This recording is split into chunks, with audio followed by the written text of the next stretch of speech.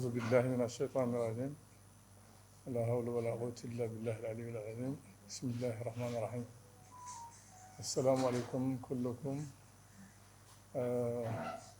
bonjour à tous onon e jaam ñalɗon onon fof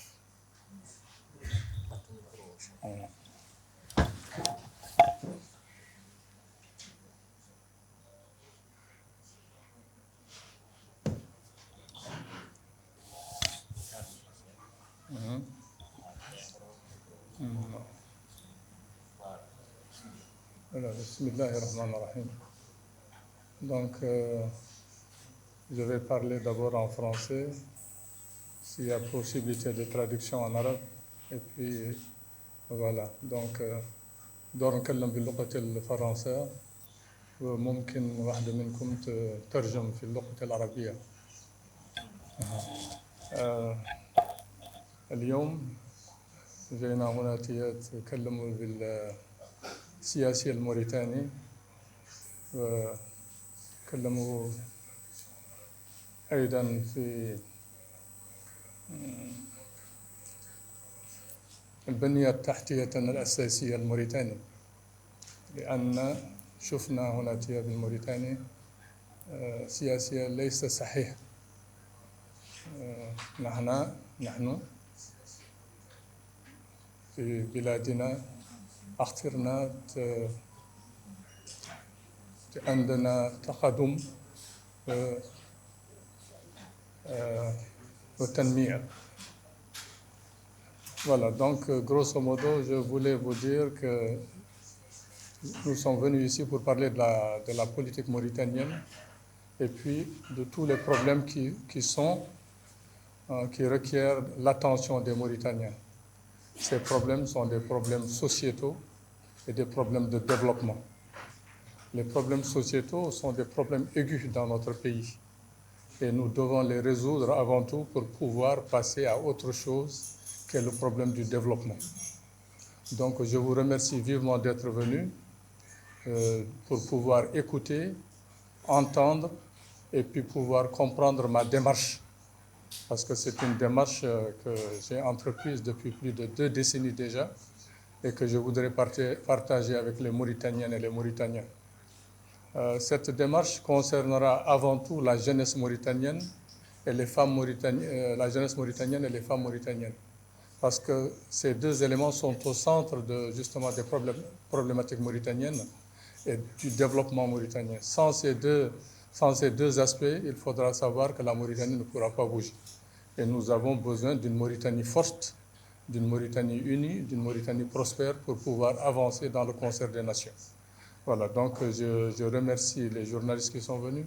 Je remercie aussi les auditeurs et les téléspectateurs qui sont là pour écouter ma démarche et pour essayer de les convaincre justement dans ce que j'entreprends pour pouvoir aller ensemble justement pour la conquête du pouvoir.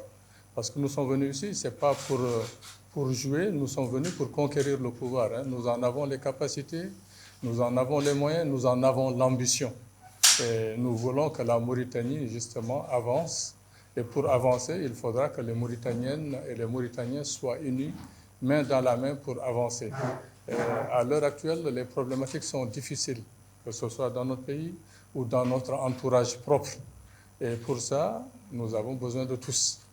Et nous avons justement une loi programmatique qui va être détaillée tout au long justement de cette conférence de presse pour faire comprendre aux Mauritaniens et aux Mauritaniennes notre vision prospective de la Mauritanie de demain, celle que nous entreprenons, celle que nous voulons voir réalisée pour les générations futures.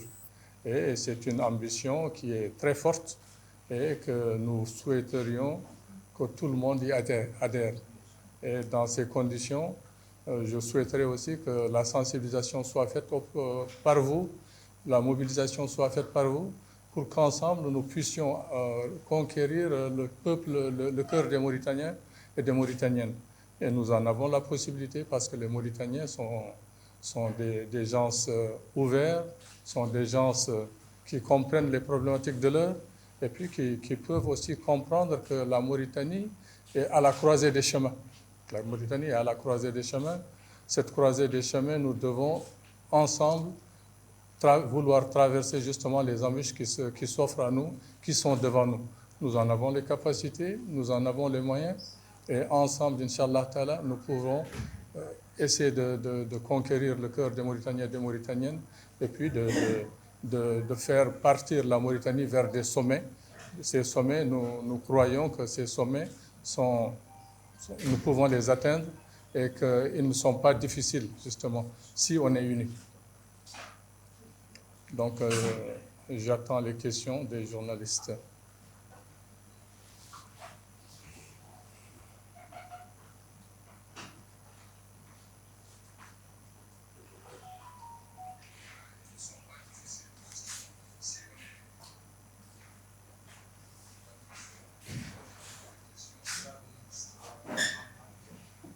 ترجم باللغة الفرنسية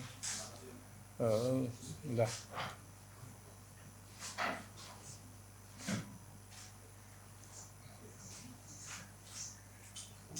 Donc la parole est à la presse, hein, si vous voulez. Oui, allez-y.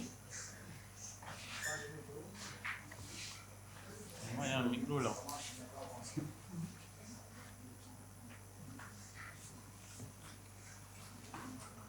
Non, c'est que ça ne peut plus un traducteur en arabe. C'est sec.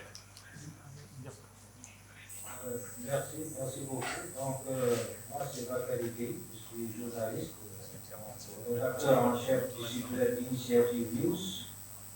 J'ai quelques questions par rapport à la candidature.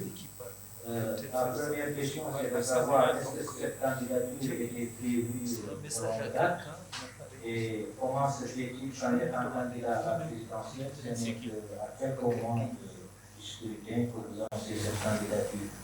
Est-ce qu'il ne s'agit pas d'une candidature qui est suscitée, par exemple, par le pouvoir, par le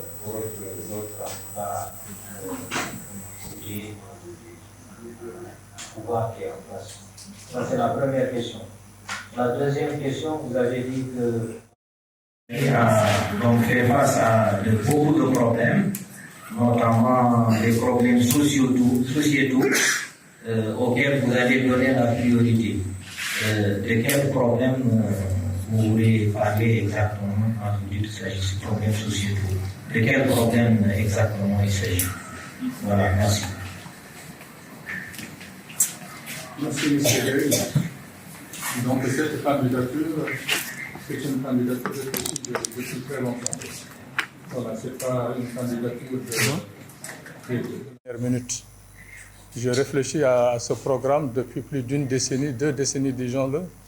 Je suis en train de rédiger depuis fort longtemps les stratégies de développement de mon pays. Et puis, c'est des stratégies à long terme. Ce n'est pas des stratégies de 3 à 5 ans, mais c'est des stratégies à très long terme. 20 ans, 30 ans, 50 ans. Vous comprenez? Je suis un économiste, je regarde loin. Je regarde en perspective. Je ne suis pas quelqu'un qui fait du ramassis, qui regarde pour une année, pour 5 ans. Non. Moi, je regarde pour la Mauritanie, pour les 20 prochaines années, les 30 prochaines années, les 50 prochaines années. Que sera la Mauritanie dans 100 ans? Vous voyez?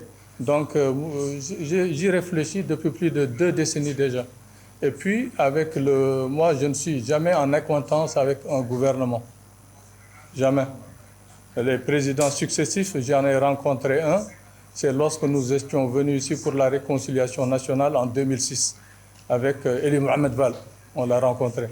Vous comprenez? On était venus pour la réconciliation nationale. Les autres présidents, je ne les ai jamais rencontrés.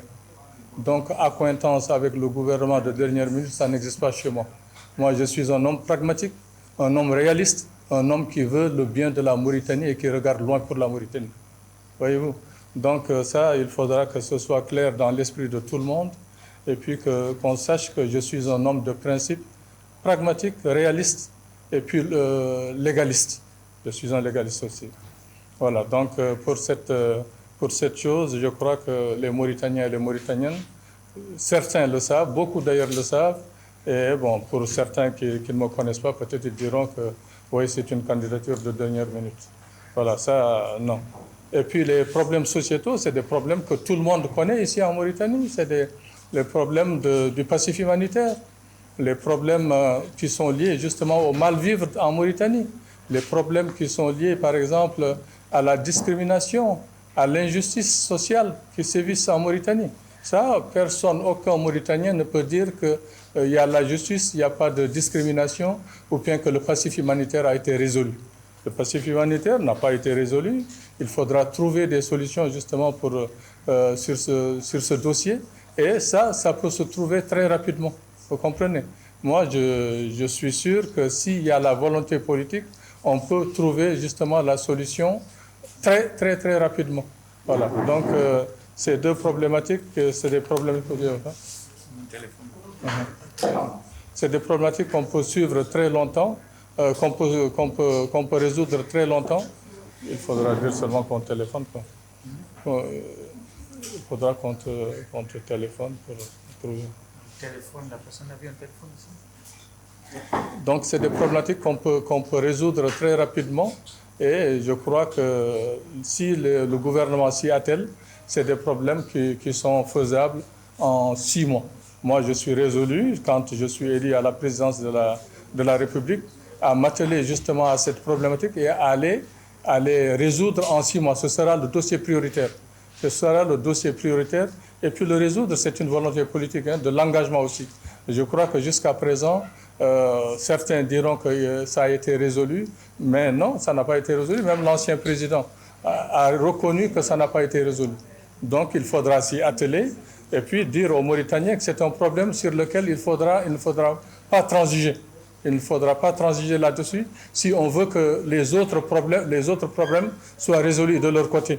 Voilà, donc les problèmes aussi, par exemple, du mal-vivre en Mauritanie. On a vu qu'en Mauritanie, il y a un mal-vivre. Pourquoi? Parce que c'est une société inégalitaire. En Mauritanie, c'est une société inégalitaire. Les Mauritaniens se côtoient, mais ne vivent pas ensemble. Vous voyez, par exemple, que ce soit ici à Nouakchott, les quartiers, il y a des quartiers de riches, et puis il y a des quartiers de pauvres. Quand vous allez dans certains quartiers, vous ne verrez jamais les mêmes communautés. Ça, c'était des problèmes à combattre. C'est des problèmes à combattre, et on va le combattre réellement, franchement et avec détermination. Ça, je crois qu'il faudra que tout le monde soit conscient quand même que ces problématiques, s'ils ne sont pas résolus, la Mauritanie ne pourra pas aller loin et ne pourra pas s'unir ou bien ne pourra pas se développer. La résolution de ces problèmes peut être suivie aussi par des programmes sociaux. Des programmes sociaux concernant, par exemple, on a vu que les logements n'existent pas ici. Voilà, donc les Mauritaniens, dans la plupart des cas, vivent dans des taudis. La plupart des Mauritaniens vivent dans des taudis. Et ces taudis, moi, je suis prêt à les combattre en créant un organisme pour des logements sociaux. Ça veut dire que chaque Mauritanien pourra avoir justement un logement digne de son nom. Parce que les Mauritaniens, comme vous le voyez,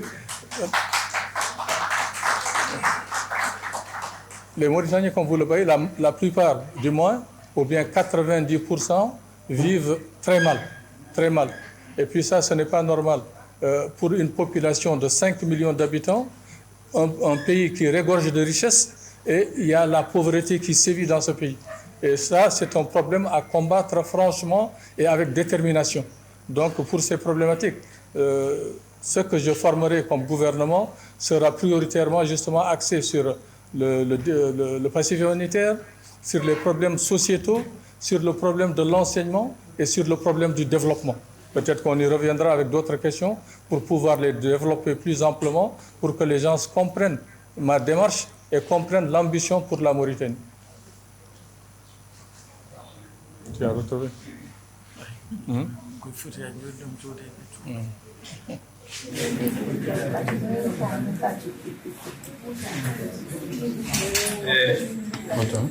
Merci, Monsieur le Président.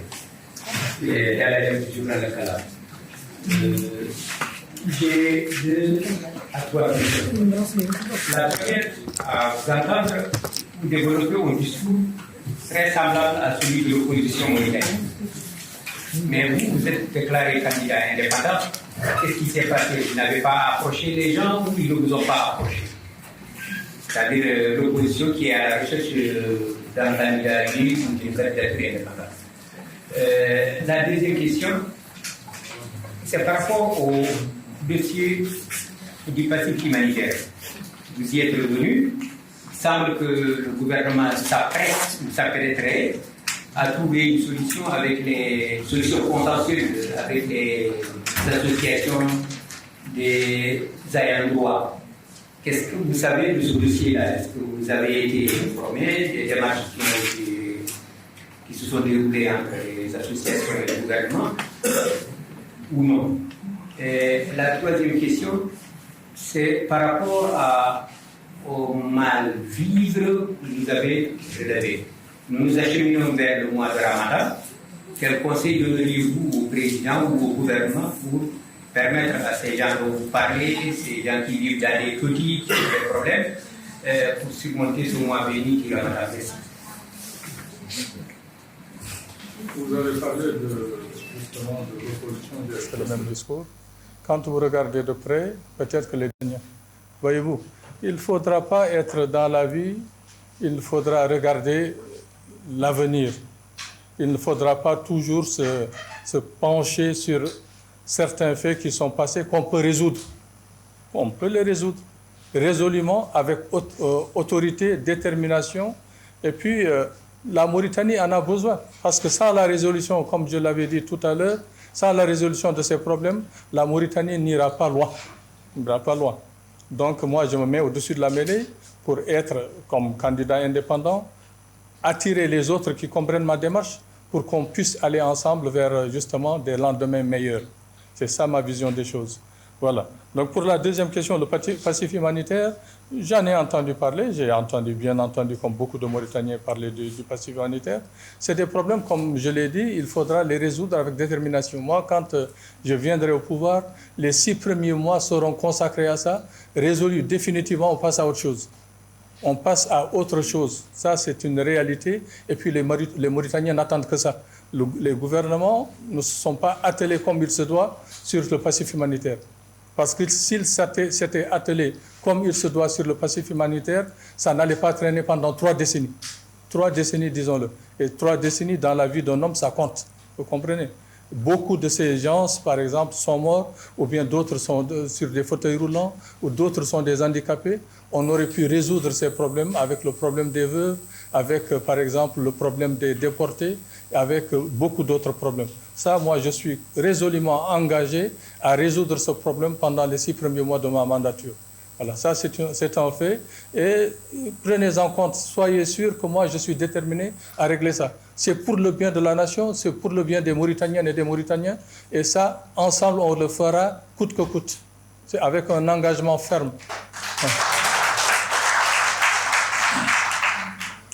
Le mal-vivre en Mauritanie, nous le vivons tous. Peut-être que parmi les 5 millions de Mauritaniens que nous sommes, peut-être 100 000 vivent bien. Tout le reste, non. Tout le reste des Mauritaniens vivent mal. Et comment se fait-il qu'un pays aussi vaste que la Mauritanie, nous sommes le 10e pays africain par la superficie.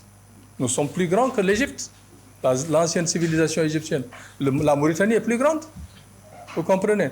Et puis en Afrique, rares sont les pays qui ont les mêmes richesses que nous. Moi, je l'ai toujours dit, dans les médias internationaux, la Mauritanie, c'est un scandale géologique. Vous ne comprenez même pas parce qu'il y a beaucoup d'autres choses qui ne sont pas encore sorties sous terre qu'on ne nous a pas dit. Vous comprenez? Donc, il faudra qu'on veille là-dessus. Le mal-vivre, pourquoi des Mauritaniens vivent mal? Les pays qu'on dit, des pays du Golfe et autres là, si on avait travaillé notre pays allait être mieux que ces pays dont on parle. Que ce soit l'Arabie Saoudite, que ce soit le Koweït, que ce soit Bahreïn, Abu Dhabi et autres, on allait être mieux. Vous comprenez? Donc, mais, vous voyez, regardez les Mauritaniens, hein? L'écrasante majorité vit dans la misère. Moins de 100 ouvriers par jour. Moins de 100 ouvriers par jour. Hein? Ça, c'est pas normal. C'est pas normal. Des gens qui font les poubelles pour la Mauritanie, c'est pas normal. Ça, il faudra le combattre. La pauvreté, la misère, moi, je vais la combattre coûte que coûte et vaille que vaille. Avec vous, et puis on le fera, on le réalisera. Ça, c'est une conviction personnelle. Et puis, je sais qu'on en a les moyens, on en a les capacités, on en a les capacités intellectuelles et physiques et morales, et financières aussi. Voilà, donc ça, il faudra que les Mauritaniens se disent que l'actuel président, peut-être a fait des démarches, mais moi, quand je viendrai au pouvoir, je réaliserai justement ces problématiques que j'ai soulignées avec fermeté, avec détermination et avec engagement. Moi, je ne mens pas aux Mauritaniens. Je suis venu pour vous dire le langage de la vérité. Vous comprenez? Un langage vrai, un langage que je vais réaliser. Inch'Allah ta'ala. Voilà.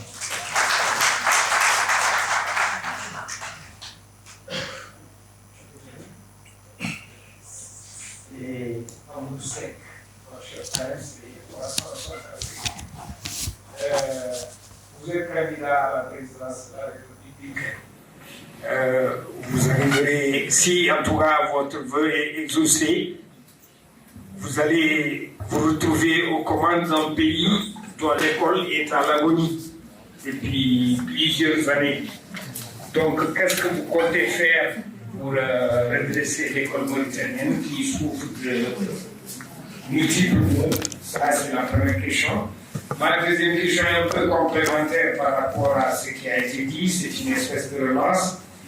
Vous avez parlé du Pacifique humanitaire, vous avez donné un timing, au bout de 6 mois. On voulait avoir une petite idée de la méthode suivant laquelle vous comptez régler ce problème-là.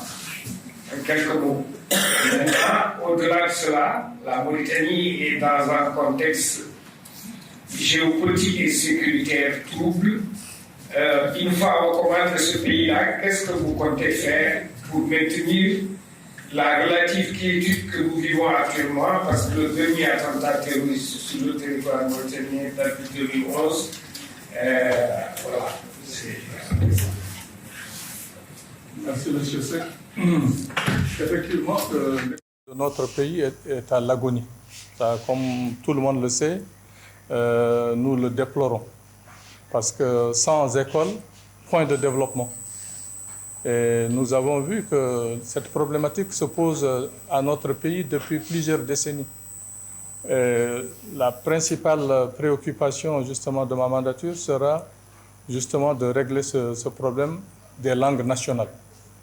Les langues nationales, c'est un problème qui se pose. Nous avons l'arabe comme langue officielle. Les autres langues nationales que sont le Wolof, le Soninké et le Pulaar doivent être enseignées et après ça se traduira comme des langues de travail. Une langue, quand elle est nationale, on travaille avec. On ne peut pas dire que c'est une langue nationale et puis on la met de côté. Ça, il faudra que les Mauritaniens soient rassurés qu'il n'y aura pas de problématique là-dessus, il n'y aura pas de problème de tiraillement. Ça veut dire que c'est une question d'explication. Je crois que les explications ont été mal faites vis-à-vis de tous les Mauritaniens. Quand on explique correctement, il n'y aura pas de peur. Peur pourquoi? Chaque langue, il faudra que tout le monde sache et comprenne que chaque langue est porteuse de connaissances et de sciences. Il n'y a pas une langue supérieure à une autre. Ça n'existe pas. Toutes les langues ont commencé comme on a commencé ici en Afrique. Que ce soit les langues dites occidentales ou autres, elles ont commencé comme ça. Les autres langues orientales ont commencé comme ça. Nous avons quand même une vision de l'histoire. Nous connaissons l'histoire, nous avons appris l'histoire, nous continuons à l'apprendre. Et puis, on dit que l'histoire, c'est la première des sciences politiques. L'histoire, c'est la première des sciences politiques. Si vous comprenez l'histoire, vous enlevez une épine de votre pied. Et puis, comprendre l'histoire de notre pays, c'est comprendre justement comment nous avons formé ce pays, comment nous avons formé cette nation, comment nous envisageons cette nation dans l'avenir. Parce qu'il ne faudra pas que les Mauritaniens se sentent opprimés. Aucune communauté ne doit se sentir opprimée par une autre. Et ça commence par les problèmes de l'école, de langue. Les problèmes linguistiques, on va les résoudre convenablement.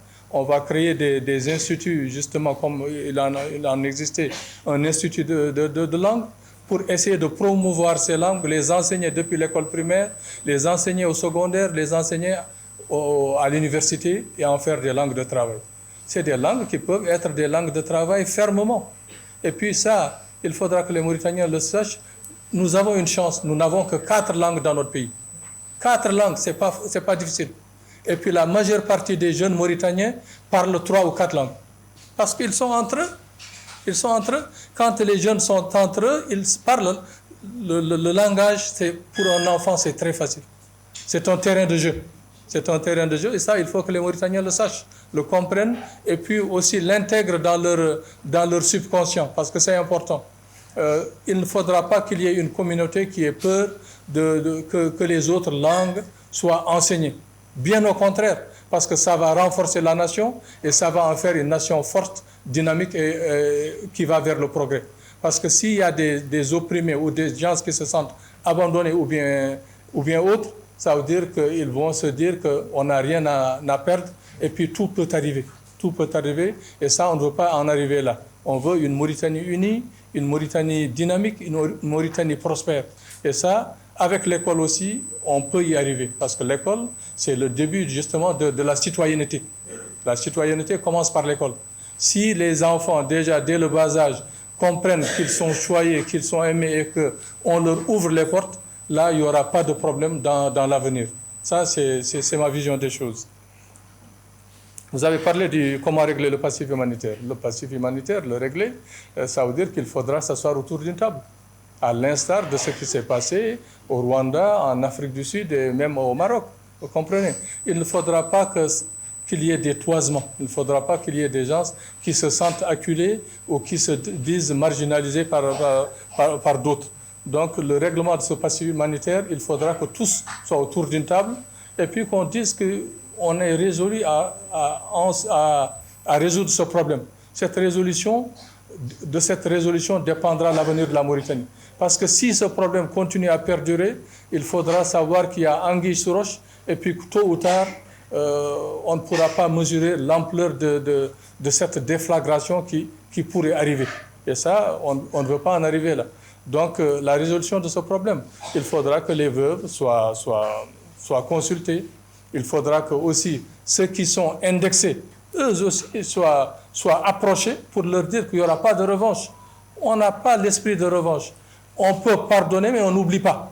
On pardonne, mais on n'oublie pas. Ça veut dire aussi que dans l'histoire de la Mauritanie, ce sera enseigné qu'il y a eu des événements en Mauritanie où des populations ont été massacrées.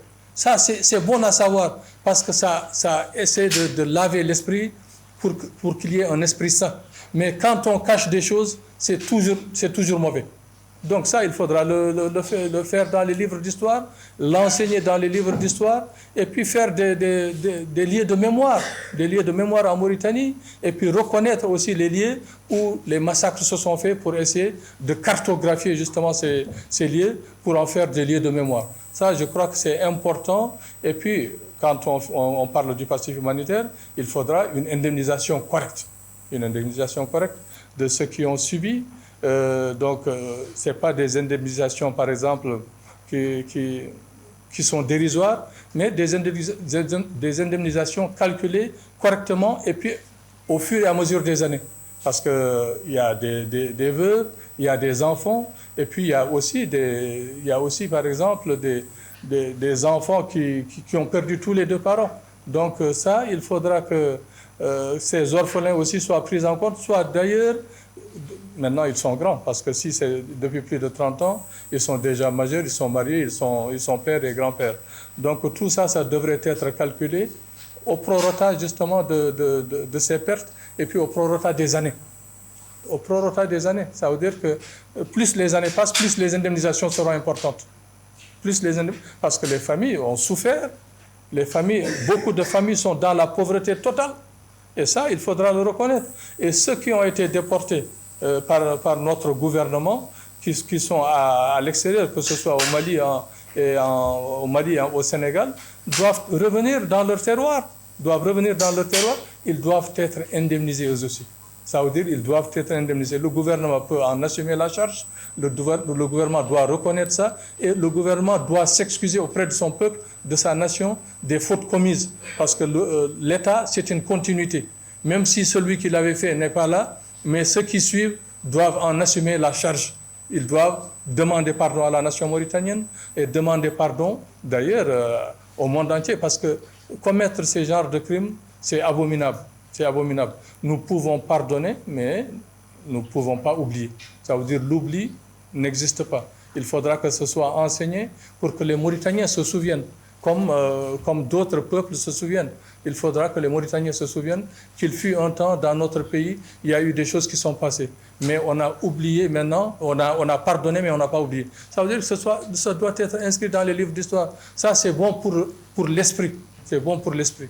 Et ça, toutes les communautés, je crois, ensemble, on peut le faire parce que nous sommes tous métis ici. La Mauritanie, c'est un pays métis. Qu'on le veuille ou non, il n'y a pas de Mauritanien qui puisse dire qu'il n'est pas métis. Ça n'existe pas. Ma vie, il n'y en a pas. Ah oui, il n'y en a pas. Tout le monde est métis ici. Donc, c'est un pays qui doit être fort. Un pays, plus il est métissé, plus il est fort. Plus il est métissé, plus il est fort. Les nations qui se disent propres ou bien seulement qu'il n'y a qu'une seule ethnie, c'est des nations faibles. C'est des nations faibles. Nous avons la chance d'être au milieu de l'Afrique, ça veut dire au cœur de l'Afrique. Nous sommes entre la jonction entre l'Afrique du Nord et l'Afrique subsaharienne. C'est ça qui fait notre force. D'ailleurs, ça n'a pas été exploité depuis 63 ans. On n'a rien fait de ce pays pour qu'il devienne justement la nation qu'elle devait être. Oui, ça c'est dommage. Et nous sommes résolus, engagés justement à faire émerger la Mauritanie, à ce que la Mauritanie devienne ce qu'elle devait être et ce qu'elle sera. Voilà, je vous remercie.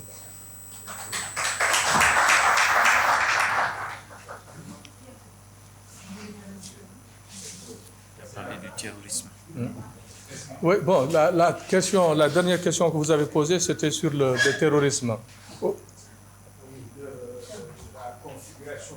La configuration sous-régionale, absolument.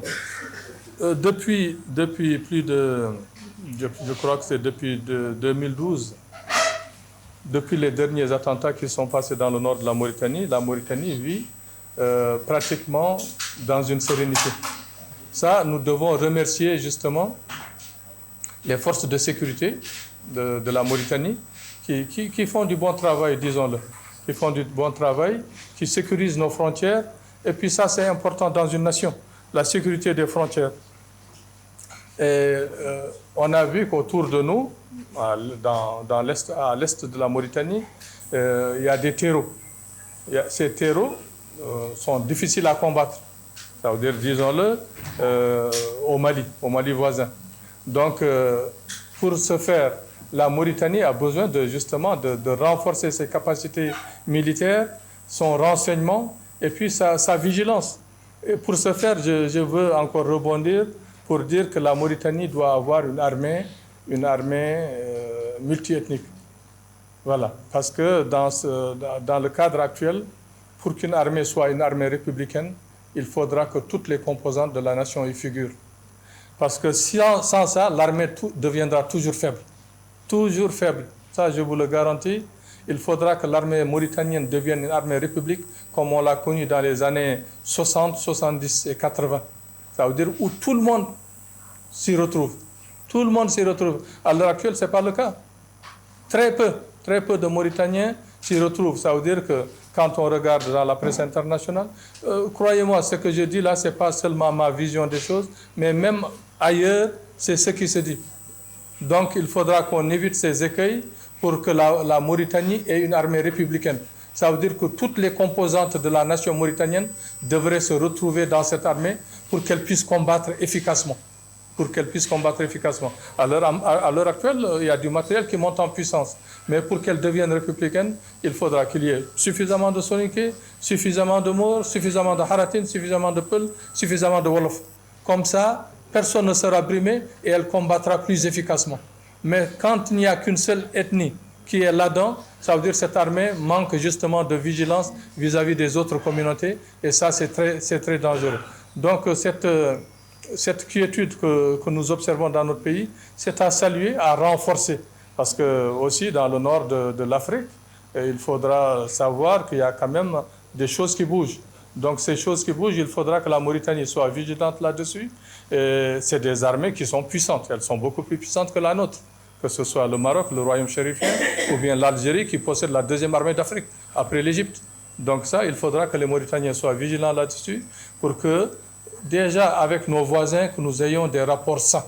Des rapports sains avec nos voisins, le voisinage proche, c'est très important.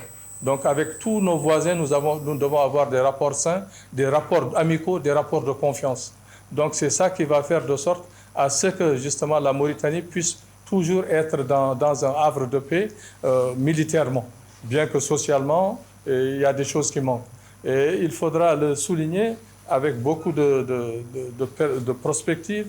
Ce que nous voyons avec l'arrivée du gaz et du pétrole, le terrorisme est là. Le terrorisme est là, les trafiquants sont là, et puis il y a les lobbies gaziers et pétroliers qui sont là.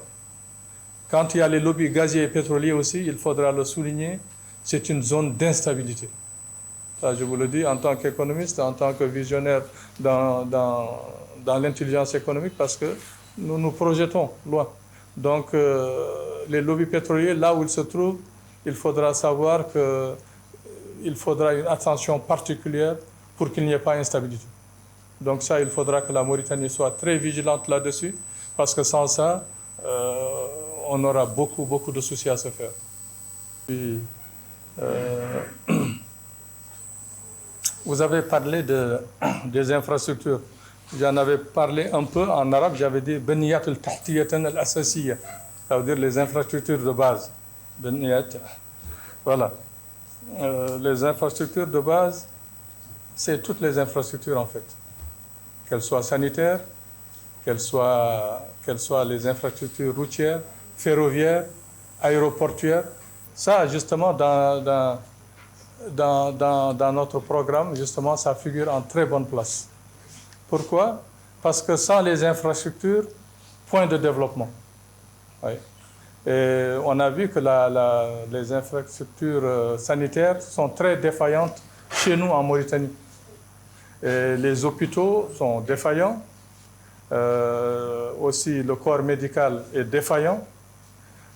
Tout ça, nous arriverons, nous avons un programme bien défini pour dire que les hôpitaux, il y en aura dans toutes les régions et dans tous les départements. Et puis, les centres de santé ne seront plus éloignés de plus de 7 km. De 7 km, pour que les gens puissent se déplacer et venir justement se soigner. Surtout, il faudra penser aussi aux femmes qui sont enceintes, qui font des déplacements, parfois très loin, et puis parfois elles meurent en couche. Il y a beaucoup de femmes en Mauritanie qui meurent en couche, et ça, c'est pas normal. C'est pas normal. Ça, il faudra qu'on veille là-dessus. En tout cas, nous avons une loi programmatique là-dessus. Vous comprenez? Donc, les infrastructures portuaires, les ports mauritaniens, nous en avons 4. Hein? Nous en avons 4. Il faudra renforcer justement ces capacités. Ces capacités et en construire encore 2 autres. Nous voulons avoir à peu près 6 ports en Mauritanie. Parce que nous avons 700 km de côte quand même. 700 km de côte, ce n'est pas négligeable. Et donc ces infrastructures, nous allons en faire profiter justement les pays voisins, surtout les pays de l'Est de l'Afrique. Ça veut dire le Mali, les autres pays.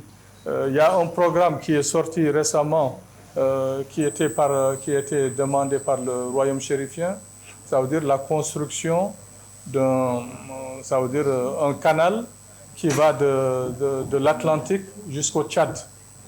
Je crois que vous en avez entendu parler. S'il vous plaît, derrière là. Je crois que vous en avez entendu parler. Bon, moi, j'y réfléchis depuis plus de 15 ans. J'y réfléchis depuis plus de 15 ans. Ce programme qui a été dit. Depuis plus de 15 ans, j'ai dit que c'est à la Mauritanie de le faire. C'est à la Mauritanie de le faire. Et ça, j'ai des plans bien établis là-dessus pour que ça aille pas seulement jusqu'au Tchad, mais ça aille jusqu'au Soudan. Ça aille jusqu'au Soudan. Et puis, c'est faisable. Il faudra des investissements. Les investissements, nous pouvons les recevoir. Nous pouvons déjà commencer par nous et puis chercher des investissements étrangers. Certains étrangers n'attendent que ça. Comprenez?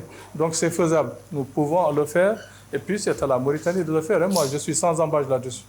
J'y réfléchis depuis plus de 15 ans. C'est sorti tout dernièrement par le royaume chérifien. Il y a 2 mois, je crois que c'était au mois de décembre. Ils en ont parlé, le ministre des Affaires étrangères. Nous, c'est nous qui devons le faire parce que c'est nous qui avons accès justement à ces possibilités-là. Le Maroc n'a pas accès à cette possibilité. Parce que le Maroc, pour qu'il le fasse, il faudra qu'il traverse la Mauritanie. Donc ça, il faudra se poser la question. Voilà. Donc la Mauritanie doit le faire. C'est à la Mauritanie de le faire. Voilà. Et puis donc, les infrastructures aussi ferroviaires. C'est un pays qui n'a pas de chemin de fer, sauf de Zouairat jusqu'à Nouadhibou. Alors que nous voyageons beaucoup et puis nous voulons avoir des relations interafricaines, que ce soit des trains qui quittent ici pour aller en Algérie, qui vont au Maroc, qui vont au Mali, qui vont un peu partout en Afrique, qui vont au Sénégal et qui continuent déjà à l'intérieur de la Mauritanie. Et puis c'est faisable. Nous avons un terrain propice pour ça. Hein? Et puis on n'a jamais pensé à ça. Les infrastructures routières, elles sont défaillantes en Mauritanie. Regardez déjà dans notre capitale, regardez, des projets de moins de 2 km qui durent pendant 3 ans. Des projets de moins de 2 km qui durent pendant 3 ans. Mais ça veut dire qu'il y a une gabegie. Ça veut dire que c'est des projets qui ne fonctionnent pas. Ça, il faudra combattre cela fermement et puis il faudra il faudra le dire. Et puis ceux qui ne peuvent pas diriger un pays ou bien qui n'ont pas l'intention, il faudra qu'ils le disent carrément parce que nous avons l'intention de faire bouger la Mauritanie. Il faudra que la Mauritanie bouge, il faudra que la Mauritanie se développe et puis il faudra que la Mauritanie soit dans le concert des nations comme toutes les autres nations. Hein? Mais pas à la traîne. Avec toutes les capacités que nous avons, nous ne pouvons pas être à la traîne. Nous ne l'acceptons pas. Le peuple mauritanien ne va plus l'accepter. Ma vision économique, ça veut dire la violence faite aux femmes. La violence faite aux femmes, c'est pas seulement en Mauritanie. C'est pas seulement en Mauritanie. C'est pas seulement en Mauritanie. Et puis vous voyez, d'ailleurs, moi je me dis que les femmes mauritaniennes sont des femmes libres. Nos femmes sont des femmes libres. Mais il n'en demeure pas moins qu'effectivement, il y a beaucoup de violences faites aux femmes. Ça, nous allons le combattre parce que la femme, c'est le moteur du développement. Ça, il faudra... Moi, je l'ai toujours dit. Hein. Pourquoi? Parce que j'ai déjà travaillé ici au ministère de la Condition féminine. J'ai travaillé sur ces dossiers. Je connais bien ces dossiers. La femme, et puis dans mes interventions dans l'international, j'ai toujours favorisé la femme. Hein. J'ai toujours souligné le rôle de la femme dans mon pays et en Afrique. Parce que sans les femmes, point de développement en Afrique. Sans les femmes, point de développement. Ah oui, ça c'est la réalité, c'est ma conviction. Et puis les femmes mauritaniennes sont des femmes braves, elles sont laborieuses, elles travaillent. C'est elles qui aident les foyers justement à résister. Sans les femmes, les foyers allaient encore être plus bas. Ça, c'est la réalité des choses. Hein. Je le reconnais et puis je dis bravo aux femmes, continuez, nous vous soutiendrons, nous vous aiderons. Voilà. Donc, ces violences, on va les combattre par des lois, fermement par des lois. Parce que quand une femme et un homme se marient, c'est par amour. C'est par amour, mais il faudra aussi, c'est un contrat social. Il ne faudra pas, après, quand il y a des mésententes, que ce soit des bastonnades, des tabassages ou des humiliations. Ça ne devrait pas exister. On peut se séparer dans de bonnes conditions, dans de très bonnes conditions. Voilà, c'est ce qu'on va souhaiter et ce qu'on va faire dans les législations pour que dans les esprits, que tout le monde sache que la femme est l'égale de l'homme. La femme, c'est l'égal de l'homme. Nous sommes musulmans, nous respectons les préceptes de l'islam, et puis la femme dans l'islam est très respectée. Voilà, donc ça, il faudra que tout le monde le sache. Hein? On ne va pas accepter que des humiliations se fassent à longueur de journée, un peu partout. Il y aura en tout cas des lois qui vont protéger la femme, pour que la femme puisse se sentir mauritanienne, puisse se sentir valorisée, et qu'elle occupe aussi des fonctions nobles comme les hommes. Parce que la femme a droit à acquérir aussi toutes les fonctions que l'homme se prévaut. Voilà, donc ça, c'est l'une des choses sur lesquelles on va tenir. C'est un engagement et c'est ma conviction ferme. Je l'ai toujours soutenu à l'international et dans mon pays, je continuerai à le soutenir aussi. Voilà. Immigration. Oui, pour l'immigration, effectivement, voilà. Donc, vous voyez maintenant les délégations européennes qui sont venues ici. Tout le monde en parle, hein, et pas seulement ici, en Europe aussi on en parle, en Amérique on en parle. Nous ne devons pas être justement le gendarme de l'Europe. On ne doit pas être le gendarme de l'Europe. Ce qu'ils ne peuvent pas faire chez eux, ils n'ont pas à nous dire de le faire chez nous. On n'a pas à le faire chez nous. Ils n'ont qu'à régler leurs problèmes chez eux. Ils n'ont qu'à régler leurs problèmes chez eux. L'immigration, quand les jeunes viennent là-bas, ils n'ont qu'à régler. Nous, on doit garder nos frontières, on doit sécuriser nos frontières. Parce que quand on commence à rentrer dans ces choses-là, il faudra savoir que le terrorisme va exploser ici. Ça, je vous le dis. Ça, c'est une constante. Hein. Ça, il faut que les Mauritaniens le sachent. On n'a pas à rentrer dans ces problèmes-là pour essayer d'être des gendarmes de l'Europe. Non, non, non, non. On ne peut pas. Les États-Unis ne peuvent même pas garder leurs frontières. C'est la première puissance mondiale. Ils ne peuvent pas garder leurs frontières. Nous qui sommes un petit pays, avec 5 millions d'habitants, est-ce qu'on peut garder les flux qui vont venir? On ne peut pas. On ne peut pas. On ne doit pas rentrer dans ces choses-là. Voilà, cause pour laquelle dans notre politique économique, la jeunesse, comme je l'avais dit, la jeunesse et les femmes seront prioritaires. La jeunesse mauritanienne ne sortira plus jamais de la Mauritanie parce que nous allons faire de sorte à ce qu'il y ait tout ce qu'il faut chez nous. Des industries de transformation, que ce soit par exemple dans l'halieutique, des industries de transformation dans la sidérurgie et dans la métallurgie. Nous avons des mines de fer, nous avons des mines de cuivre, nous avons de l'or. Aucune industrie de transformation n'est faite. Les industries de transformation seront faites sur place. À Zouairat, il y aura la sidérurgie qui sera faite là-bas. Vers Tazias, il y aura des industries métallurgiques. Et puis aussi ici à Agjust. Vous comprenez? Donc l'halieutique, les industries de transformation du poisson seront faites à partir de Nouadhibou. Cette zone-là, de Nouadhibou à Ndiago, il y aura des industries de transformation. Il n'est pas normal qu'un pays qui a cette capacité halieutique n'arrive pas à faire vivre sa population en poisson. Quand vous êtes à l'étranger, vous dites que vous êtes mauritanien, on vous dit « Ah, le pays des poissons ». Le pays des poissons, mais nous ne voyons aucun poisson ici. Nous ne voyons aucun poisson. Vous comprenez? Et ça, on va faire un holà là-dessus. Ça veut dire les industries, ils vont peut-être, on va faire des contrats. Les contrats qui ont été établis avec justement certaines nations, juridiquement parlant, quand on fait un contrat, on peut le défaire. Tout contrat peut être défait. On va réviser les contrats pour faire avantager la Mauritanie. Les industries de transformation seront faites sur place et on va exporter. Ça, c'est un fait. Et puis, on va l'appliquer parce que ce n'est pas normal qu'aucun travail n'est fait ici. Voilà. Donc, et puis, concernant, par exemple, les industries futures, gazières et pétrolières aussi, on va faire des industries de transformation ici sur place. Ah oui? Concernant la pêche, concernant l'élevage, nous avons un cheptel très important en Mauritanie. Dans les deux Hauts, dans le Haut El Gharbi et Charqi, on va faire de sorte à ce que des industries de transformation soient faites sur place. On en avait dans les années 70, c'était à Kaïdi. Il y avait une usine. On exportait de la viande vers l'Arabie Saoudite et vers la Grèce. Mais après, l'usine est fermée. Et puis toutes les pots que nous avons ici en Mauritanie, qu'est-ce qu'on a fait? Rien du tout. Voyez, regardez maintenant l'Éthiopie. Qu'est-ce qu'elle fait avec ses pots? Une industrie florissante. Vous comprenez? Nous pouvons faire la même chose ici en Mauritanie. Nous pouvons faire la même chose en Mauritanie. Il suffit qu'il y ait de la volonté politique. C'est ce qui manque dans notre pays. Et puis de vision prospective pour la Mauritanie, pour demain. Pas seulement pour nous, mais pour demain, après-demain, 50 ans, 100 ans. Oui, mais il faudra se projeter dans la vie. Même si on sait que la vie est courte, il faudra toujours se projeter pour les générations futures. C'est ce que nous ne faisons pas ici. C'est ce que nous ne faisons pas. Et ça, nous allons combattre ça fermement.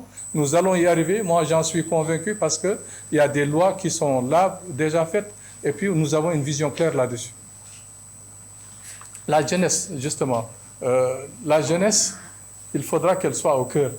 Parce que la jeunesse mauritanienne, vous avez vu ces derniers temps, passer par le Nicaragua, partir aux États-Unis, beaucoup d'entre eux, on les fait revenir. Quand ils vont, ils dépensent à peu près 5 000 euros. 5 000 ou bien 7 000 euros. Ça veut dire que c'est beaucoup d'argent. Avec cet argent, ils auraient pu créer un commerce ici. Ils auraient pu créer un commerce. Partir jusque là-bas, vendre tous ces biens, et puis on te rapatrie. Tu reviens, tu recommences à zéro. Et puis tu fatigues ta famille d'ailleurs. Tu fatigues ta famille. Et ça, je crois que si on a justement les politiques qu'il faut, les gens arriveront à comprendre notre démarche. Bon, pour l'agriculture, justement, donc ça c'est sur les problèmes économiques, l'agriculture, c'est un fond, c'est des questions, l'agriculture et l'élevage, c'est des questions qui sont fondamentales en Mauritanie parce que tout le monde en parle. Et c'est des questions à tension. Voilà, donc vous savez, beaucoup de Mauritaniens ne connaissent pas bien la géographie de notre pays. Ouais, beaucoup de Mauritaniens ne le savent pas, mais on se focalise toujours sur le sud. Sur le sud, il y a le problème domanial, effectivement, mais il faudra savoir aussi la sociologie, justement, de cette agriculture du sud. La sociologie de cette agriculture du sud, c'est une agriculture communautaire. C'est une agriculture communautaire parce que ça n'appartient pas à un seul individu, ça appartient à des familles. Aucun ne peut dire que ça c'est ma terre à moi seul, parce que c'est une famille entière ou des familles entières qui sont réunies à qui ça appartient cette terre. Donc il faudra essayer que l'État, moi en tout cas j'ai la conviction, que l'État résolve ces problèmes d'une manière normale, sans léser justement les propriétaires terriens, et puis qu'il y ait une possibilité justement, qu'il y ait une possibilité que ce soit le public et le privé qui se combinent pour pouvoir aider justement ces agriculteurs pour essayer de sortir de l'ornière. Parce que l'État, jusqu'à présent, n'a pas donné les moyens qu'il faut à cette agriculture pour qu'elle se développe. L'État n'a pas donné les moyens. Et pour l'agriculture, pour qu'elle se développe, pour qu'on puisse faire nourrir notre population, il faudra des moyens. Les moyens, on va les donner nous. On va donner ces moyens et puis que tous les Mauritaniens à qui, par exemple, à qui appartiennent ces terres, on va leur dire qu'on a besoin justement du travail de ces terres. Le travail de ces terres va nécessiter des financements. On va mettre la main à la pâte pour que ces financements se réalisent, mais il faudra que les terres soient cultivées parce qu'on en a besoin pour une autosuffisance alimentaire. L'élevage, qui est dans l'Est mauritanien particulièrement, principalement, on va aider à ce qu'il y ait des industries de transformation, que ce soit pour les peaux, que ce soit par exemple pour la viande, et puis que ce soit pour le lait. Parce qu'il n'est pas normal qu'en Mauritanie, qu'on importe du lait. L'écrasante majorité des produits laitiers ici sont des produits importés, alors que nous avons l'un des plus grands cheptels en Afrique. Ce n'est pas normal. Donc ça, c'est des problèmes qui seront résolus.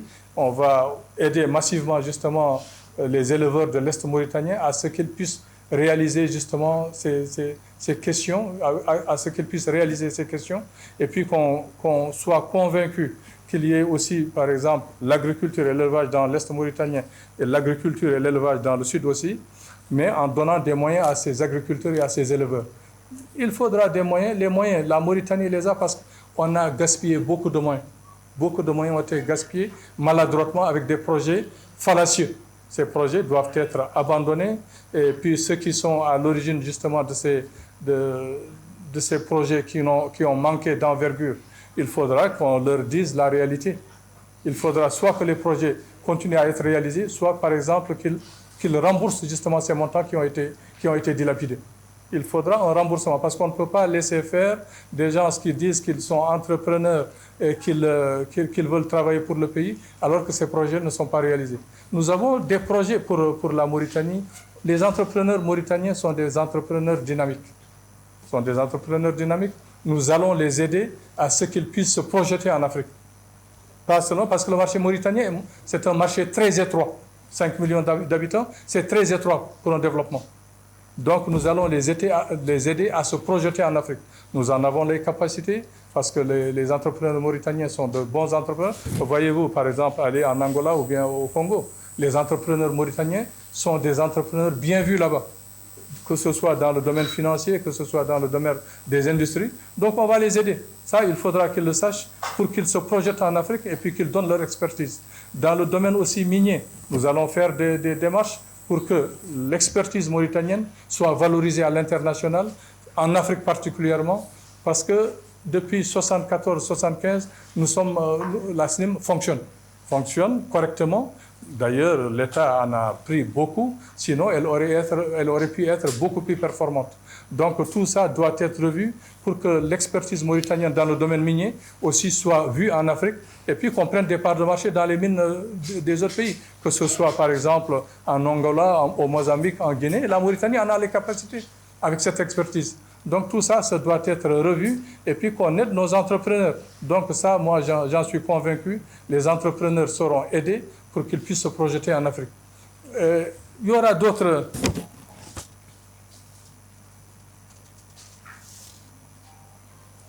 Oui, bon. Donc, ici, il y a une question subsidiaire qui vient sur le problème des salaires. Le problème des salaires dans la fonction publique, c'est effectivement vrai. C'est des salaires qui sont à revoir. Ce sont des salaires qui sont à revoir parce qu'on ne peut pas se permettre d'être salarié ou bien, par exemple, d'être un médecin, d'être un ingénieur, mais qu'on se retrouve dans la dèche. Ce n'est pas normal. Ou bien un enseignant. Quel que soit d'ailleurs le travail, le salaire devrait être correct. Et puis ces salaires seront revus à la hausse avec justement ces capacités financières qui vont entrer en jeu avec l'arrivée du gaz et du pétrole. Mais déjà avec ce que nous avons comme potentialité déjà existante, que ce soit l'halieutique et puis les mines, nous avons la possibilité de réguler et puis de faire monter en puissance les salaires dans la fonction publique. Les salaires dans le privé dépendent justement du secteur. Que ce soit le secteur bancaire, les salaires sont corrects, mais il ne faudra pas aussi que les salaires soient disproportionnés. Ça, il faudra qu'il y ait un plafonnage des salaires. C'est important de le savoir parce que sinon, ceux qui sont dans le public et dans le privé vont dire qu'il y a des distorsions et puis beaucoup de cadres qui sont compétents dans le public vont chercher à se dégager pour aller dans le privé. Et ça, ce n'est pas à souhaiter parce que le secteur public doit fonctionner correctement et ce n'est pas le cas à l'heure actuelle. D'ailleurs, je reviens sur la question qui a été posée pour justement le secteur sanitaire. Moi, j'ai une idée ferme là-dessus.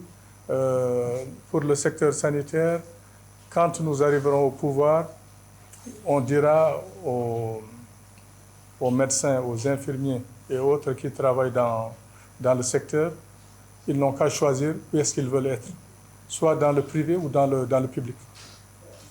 Oui, parce qu'on voit, c'est une mauvaise combine, on voit que beaucoup qui travaillent dans le public, quand ils ont des patients, ils les orientent dans le privé. Et ça, on sait que la majeure partie de la population vit dans la précarité. Et ça veut dire que c'est des extorsions de fonds. Vous obligez l'individu à quitter le public, où c'est presque gratuit, pour aller dans le privé, pour être payé grassement. On va leur dire de choisir. Si vous voulez être dans le public, vous restez dans le public, on va vous payer normalement, mais vous ferez un travail correct pour le bien des Mauritaniens. Si vous voulez aller dans le privé, vous serez dans le privé. Ça, il faudra que les choses soient claires. Et puis, nos hôpitaux seront performants. On va faire de sorte à ce que les hôpitaux soient équipés correctement pour que les Mauritaniens n'aient plus envie d'aller se faire soigner à l'étranger. Les autres pays qui le font, que ce soit le Maroc ou bien la Tunisie ou autre, même s'ils ont aussi certains d'entre eux vont se soigner à l'étranger, mais la majeure partie de leur nation ou de leur peuple se soigne chez eux.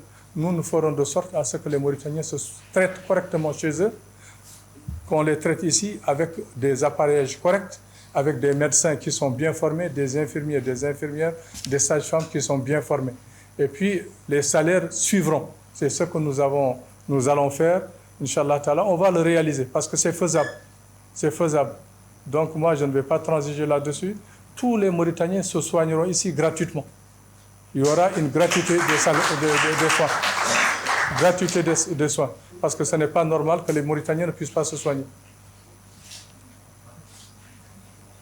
Bien. Allez-y.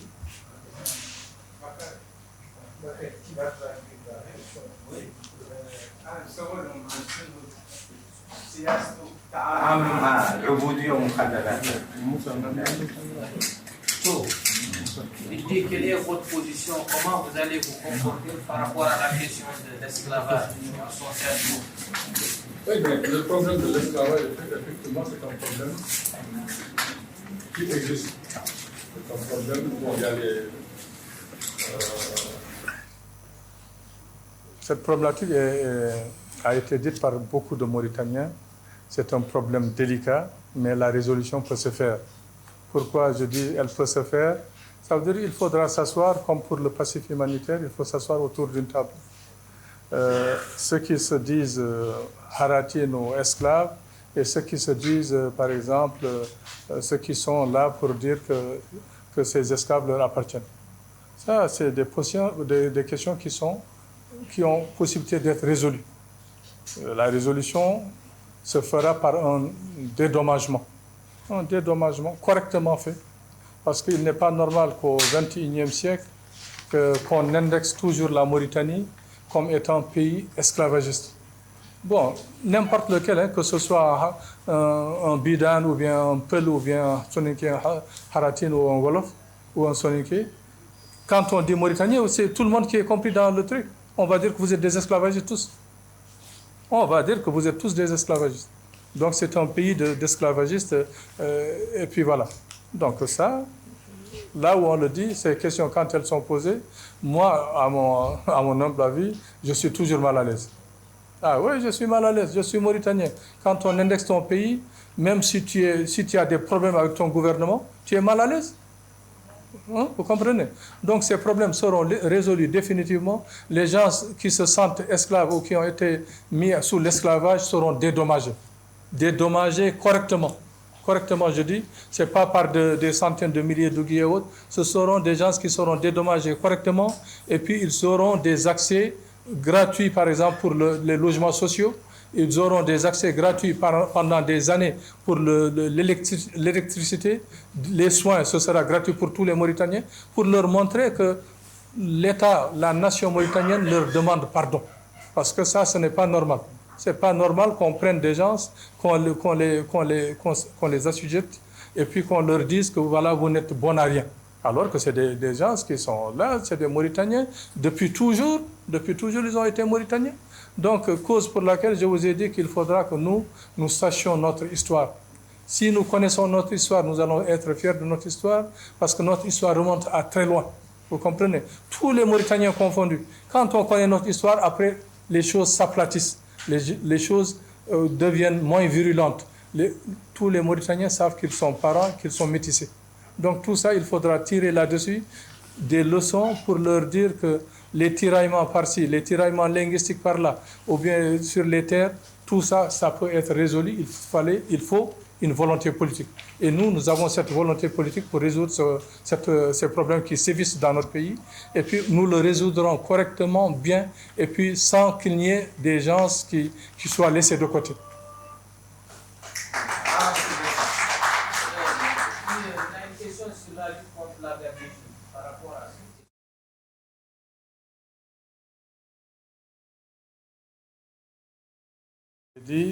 Ou bien la corruption, ce n'est pas seulement typiquement mauritanien. Ça sévit un peu partout. La gabégie, effectivement, il faudra la combattre. La combattre par des lois. Vous savez, le droit, quand il est bien appliqué, il sert réellement l'État. Quand il est bien appliqué, il sert l'État. Mais quand il y a des lois qui ne sont pas appliquées, l'État est défaillant. L'État est défaillant. Donc cette gabégie, il faudra essayer de l'analyser. La Cour des comptes a indexé beaucoup. Il faudra aller beaucoup plus loin pour essayer de mettre le doigt sur justement cette problématique, pour essayer de la résoudre correctement. Comment? Il faudra poursuivre. Tous ceux qui sont impliqués dans la gabégie seront poursuivis. Il faudra les poursuivre correctement et puis avec des preuves à l'appui. Il ne faudra pas dire que, par exemple, il y a tel gabégie ou autre sans qu'il n'y ait des preuves. Il faudra, dans le droit, il faudra toujours qu'il y ait des preuves. Je crois que la Cour des comptes et puis les autres organes de contrôle d'État en ont les moyens, si on leur donne justement ces capacités, pour poursuivre et pour montrer, preuve à l'appui, que les choses ont été menées correctement pour que cette poursuite soit effective. Mais là où il y a gabégie, il faudra savoir qu'il y a un manque à gagner pour le développement. Et ce développement, nous en avons besoin. La Mauritanie en a les capacités de lutter contre cette gabégie. Il faudra des hommes intègres. Il y a des hommes intègres dans ce pays, beaucoup d'ailleurs, beaucoup. Il faudra les solliciter, mais pas prendre les mêmes et puis recommencer. C'est justement ça qu'il faudra éviter. Si on sait que tu es impliqué dans une gabégie ou bien dans une corruption, on te met de côté pour très longtemps. Très longtemps. Ce n'est pas qu'on te laisse pendant quelques mois et puis qu'on te reprenne sur un autre poste. Ça, il faudra que tout le monde le sache. Ce sera avec fermeté, avec détermination et puis avec célérité.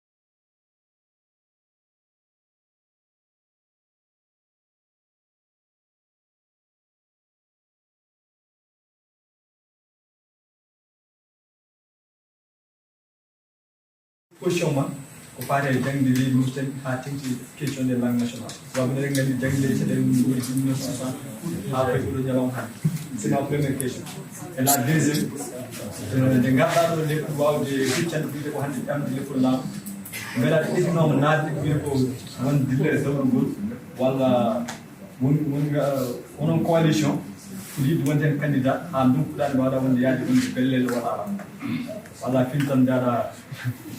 Bon, il a posé deux questions fondamentales. Mami Diabo, Odo Jemadi, c'est une gaïne, la famille. Comme bien d'accord. Non, watte, Adumi Djabani Halde, Dem de Kedide, donc Karim Danke Touboukhot. Famille. Donc, il a posé deux questions. Les deux questions, c'est sur les langues nationales. Déjà, j'ai répondu à ça, mais il n'était pas présent. Voilà. Et puis sur la coalition, ça aussi, ça a été posé. Bon, en quelques mots, sur la langue nationale, j'ai dit que toutes les langues se valent.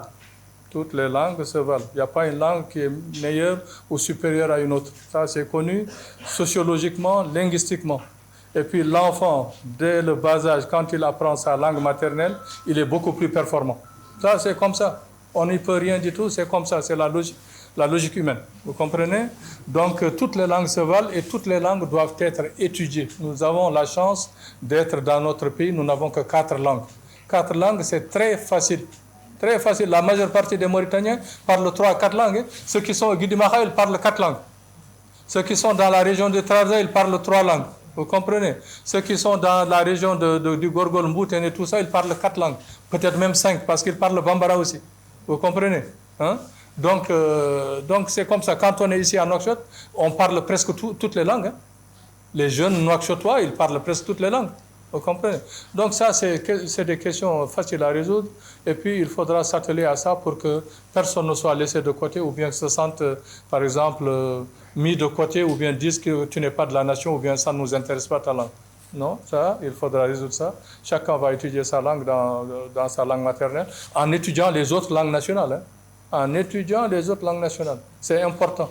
Parce qu'il faut qu'il y ait un multilinguisme ici. D'ailleurs, c'est le cas maintenant. C'est le cas, les Mauritaniens parlent 3, 4 langues. C'est le multilinguisme, mais l'arabe, c'est la langue officielle, mais les autres langues, étant donné qu'elles seront enseignées, au fur et à mesure, seront des langues officielles aussi enseignées avec des langues de travail. Donc, il faudra veiller à ça. Quand je viendrai au pouvoir, je vais résoudre ça. Oui, je vais résoudre ça pacifiquement. Les Mauritaniens comprendront. Tous les Mauritaniens veulent la paix. Tous les Mauritaniens veulent la paix. Parce que sans paix, vous comprenez, je n'avais pas abordé ce sujet. Je vais le laisser jusqu'à la dernière question. Je vais aborder d'autres sujets beaucoup plus stratégiques pour la Mauritanie de demain. Moi, j'ai envisagé la Mauritanie. Nous sommes là, encore nous qui sommes là, peut-être au grand maximum pour nous, peut-être 50 ans. Grand maximum. Mais moi, je me suis projeté à 100 ans pour les Mauritaniens qui vont venir après. Vous comprenez? Donc, c'est pour une Mauritanie solide pour que nous puissions continuer à vivre à famille. Donc, pour la coalition, Vivre Ensemble, elle a existé. Moi, j'ai voté pour la coalition passée en 2019. On s'est bien mobilisé, on a voté pour, mais on a vu ce que ça a donné. Des éclatements partout, hein, des tiraillements. Moi, je suis au-dessus de ça. Moi, je ne suis pas dans les chapelles. Je ne suis pas dans les chapelles, ça ne m'intéresse pas. Moi, je veux une Mauritanie forte, une Mauritanie dynamique, une Mauritanie rassemblée, unie. C'est ce que je souhaite. Mais s'il faut tirer par-ci, tirer par-là, dire ceci du bien de l'autre et du mal de l'autre, moi, je ne rentre pas dans ça. Ah non, non.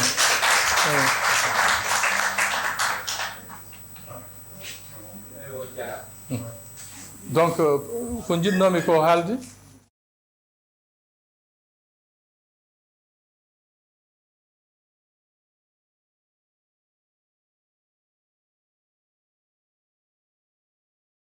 La Mauritanie a des capacités. Nous ne les avons pas exploitées, nous ne les avons pas explorées. Pourquoi nous devons le faire dans mon gouvernement pour la Mauritanie de demain? C'est parce que moi j'ai la ferme conviction que la Mauritanie peut attirer beaucoup plus que nous ne faisons maintenant. Pourquoi? Parce que nous sommes entre deux mondes. Entre ces deux mondes, c'est ça qui fait notre force. Et dès le premier instant de ma mandature, nous allons créer une académie mauritanienne des sciences. Une académie mauritanienne des sciences, ça n'existe pas. Nous avons tellement de savants à l'étranger, tellement de connaisseurs, que ça fait mal de voir la Mauritanie dans l'état dans lequel nous nous trouvons. Beaucoup de Mauritaniens sont à l'étranger, c'est des savants qui travaillent à la NASA, qui travaillent dans des usines atomiques, vous comprenez, dans des centres de recherche très avancés pour l'intelligence artificielle, ça veut dire ce qui va se projeter pour demain. Les Mauritaniens sont là-dedans, dans l'intelligence artificielle. Il y a beaucoup de Mauritaniens, beaucoup, qui travaillent dans de très grosses boîtes, mais qui ne cherchent qu'à revenir, mais on ne leur donne pas les moyens de revenir chez eux. L'Académie des sciences sera créée ici en Mauritanie. Créée ici en Mauritanie. Nos savants vont revenir ici travailler dans leur pays. Ah oui. Et puis, à part ça, nous allons créer une agence spatiale mauritanienne. Agence spatiale. Pour aller, comme les autres pays, dans l'espace. Mais nous en avons les possibilités parce qu'il y a des Mauritaniens qui travaillent à la NASA. Il y a des Mauritaniens qui travaillent dans d'autres centres de recherche. Qui font des machines, qui travaillent ici en Angleterre. Plein de Mauritaniens, des savants. Mais ils reviennent ici, quand ils reviennent à Nouakchott ou au Guinée-Maha ou bien dans le Trarza, le Brakna, dans le Tagan, ils passent inaperçus, ils boivent leur thé, ils repartent. Mais oui, mais ils cherchent à travailler pour leur pays. Donc il y aura une agence spatiale mauritanienne. Une agence spatiale mauritanienne qui sera créée. Les premiers mois, ce sera des décrets qui vont créer ça. Les Mauritaniens vont revenir. Mais tous les pays qui ont commencé leur agence spatiale, ils ont commencé avec de petites choses. De petites choses. L'Inde qui est partie maintenant. D'autres pays, par exemple, qui commencent à décoller comme l'Iran et autres. L'Union soviétique, comment elle avait commencé? Par de petites choses. Nous en avons les moyens. Et puis vous allez voir, quand on crée ça, beaucoup d'Africains qui ne cherchaient que ça vont venir ici pour travailler. Beaucoup vont venir pour travailler pour ça. Parce que les Africains ont besoin de challenge. Ils veulent aussi, comme les autres nations, aller dans l'espace. Mais pourquoi nous, on est là en train de ramasser des cailloux? Mais ce n'est pas normal. Donc tout ça, ce sera créé. Et puis ça, j'en ai la ferme conviction que nous en avons les moyens, nous en avons les capacités. Et puis nos industriels, on va les aider. On va aider nos industriels mauritaniens à se projeter en Afrique. Ils vont se projeter en Afrique. On va leur donner des ouvertures pour qu'ils fassent là-bas des industries, pour qu'ils montrent leur savoir-faire, leur capacité et leur intelligence. Ça, les Mauritaniens l'ont. C'est ça que je voulais vous dire. Et puis réellement, moi, je suis convaincu que tout ce dont je vous ai parlé, c'est réalisable. Ce n'est pas de la blague, ce n'est pas de la fiction, mais c'est la réalité. Moi, je ne vous mens pas. Quand je serai président, je vais réaliser ces choses. Inch'Allah ta'ala. Voilà.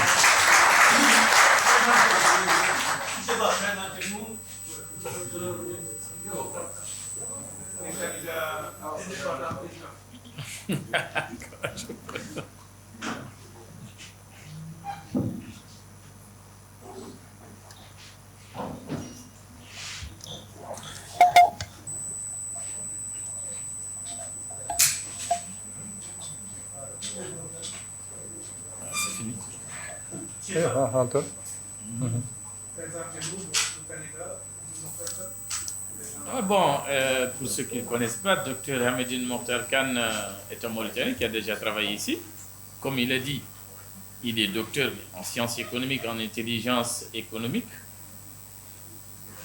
Hamedine Mokhtar Khan est mauritanien de pure souche. Il est né, je crois, dans les années 55, je pense, si j'ai bonne mémoire. Mais il a quitté le pays, ça fait quand même une trentaine d'années, comme beaucoup de Mauritaniens qui se sont réfugiés à l'extérieur après les événements douloureux que nous avons connus.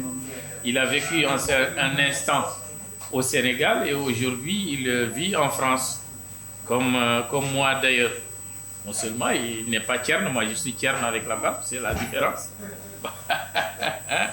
Bon, donc c'est quelqu'un qui a toujours milité dans la politique mauritanienne, contrairement à ce que beaucoup de personnes croient. M.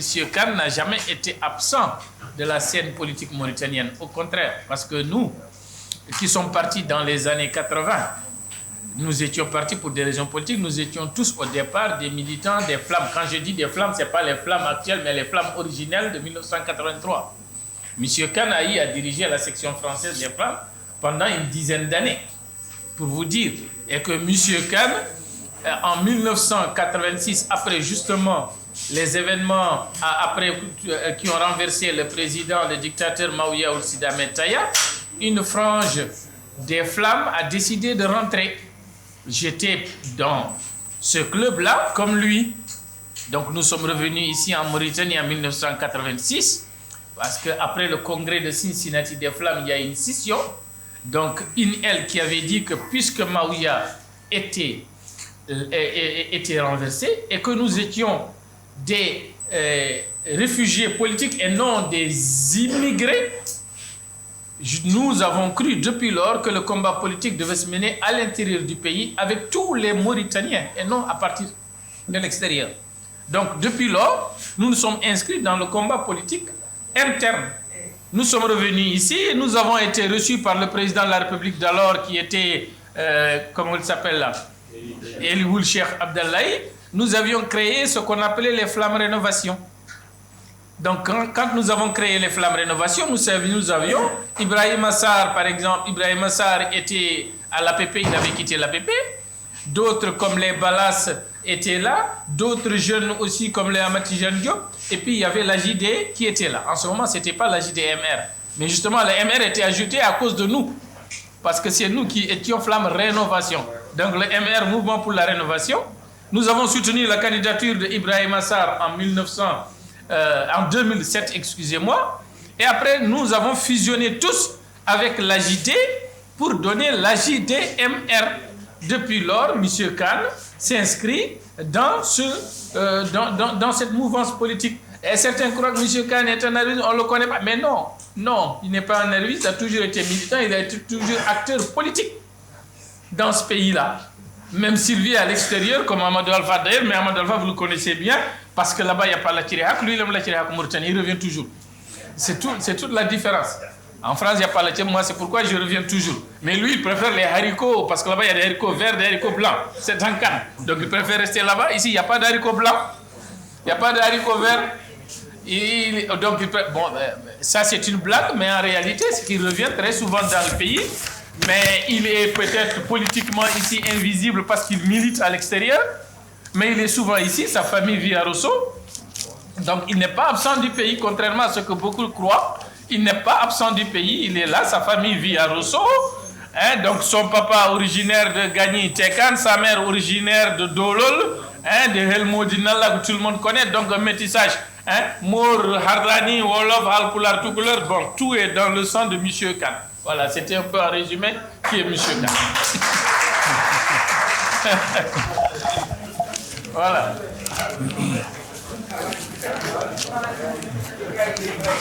Voilà, merci beaucoup.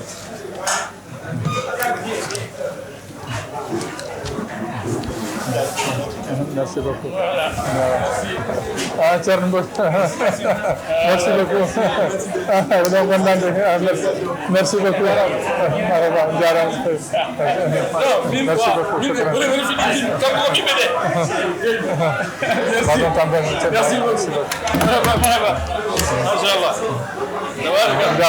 Merci beaucoup. Merci beaucoup.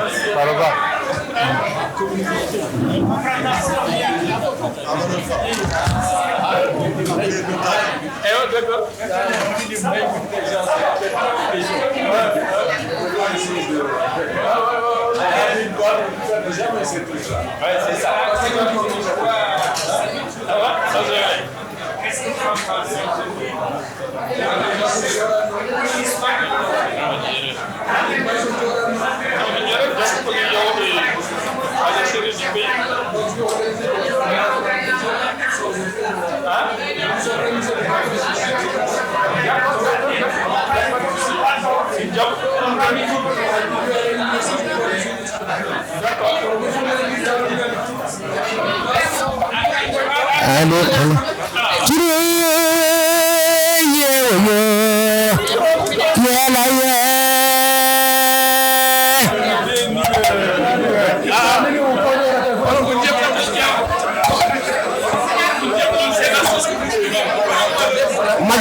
majala min baydi tanam nar ko de tan pen bitti jom toro mal day nanda jom tekan jom gani jom dimat majo farim ibrahim majo mo ibrahim majo moli ibrahim majo cheikh ibrahim fure toro fo needi ma dagara ha bakke gede ha semde lam kay polo ndira ko joni kono lamu ko an jeyi bangi yimma e bamma fof docteur Hamidine Mokhtar Kane mi salminima Kane Eliman bande fo gari furo fo rendiɗo ya jogoro jam yo Allah yettin